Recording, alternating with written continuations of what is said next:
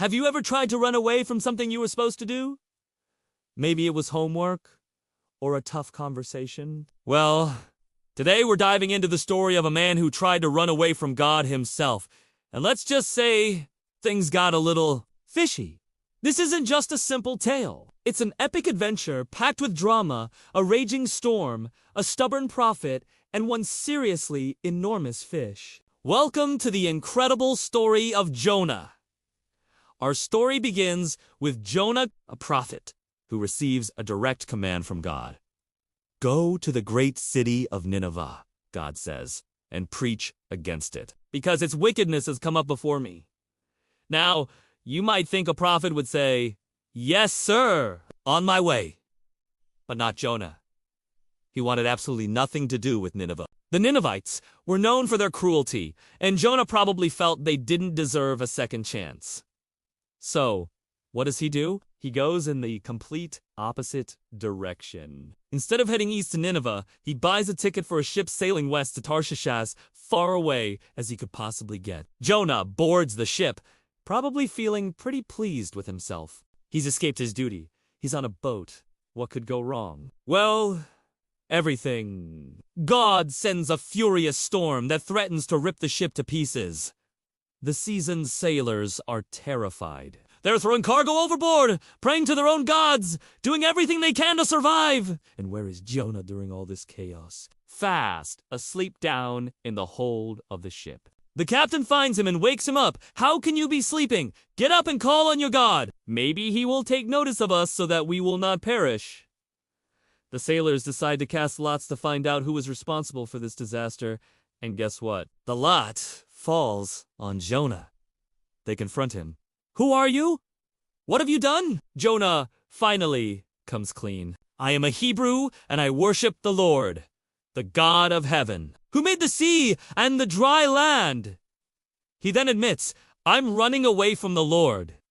The sailors are even more terrified now. "What should we do to you to make the sea calm down for us?" they ask. Jonah, realizing this is all his fault, tells them, "Pick me up and throw me into the sea, and it will become calm." The sailors, being decent guys, try to row back to shore, but the storm is too strong. Left with no other choice, they pray for forgiveness and throw Jonah overboard. Instantly, the sea becomes perfectly calm. But this is not the end for Jonah. Just as he's sinking into the depths, God appoints a great fish to swallow him whole. Can you imagine? One moment you're drowning in a stormy sea, the next you're inside the belly of a giant fish. It's dark, it's slimy, and you're alive. For 3 days and 3 nights, Jonah sits in this bizarre underwater prison. And in that darkness, he finally does what he should have done from the start. He prays. He thanks God for saving him from drowning and promises to fulfill his vow. He realizes you can't run from God. After 3 days, God commands the fish, and it vomits Jonah out onto dry land. Now, a little wiser and probably smelling terrible, Jonah gets his second chance. The word of the Lord comes to him again.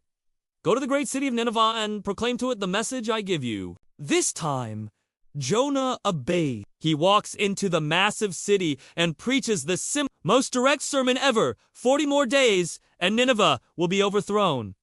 And something incredible happens. The people of Nineveh, from the king down to the lowest citizen, believe him. They declare a fast, put on sackcloth, and genuinely repent of their wicked ways. When God sees their change of heart, he shows them compassion and does not bring about the destruction he had threatened. You'd think Jonah would be thrilled, right? Mission accomplished. But he's not. He's angry. He basically throws a tantrum, telling God, "I knew you were a gracious and compassionate God, slow to anger and abounding in love. That's why I ran away in the first place." He wanted to see justice, not mercy.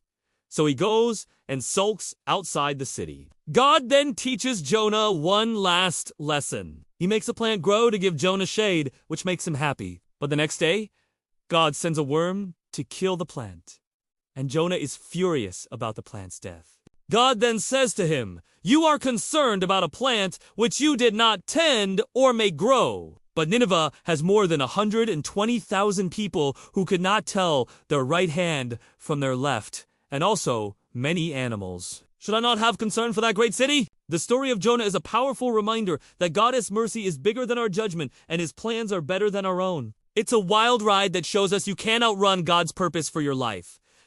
Thanks for joining us on this deep dive. If you enjoyed this story, make sure to hit that like button, subscribe for more epic story, and let us know in the comments what you think about Jonah's adventure. To God be all the glory.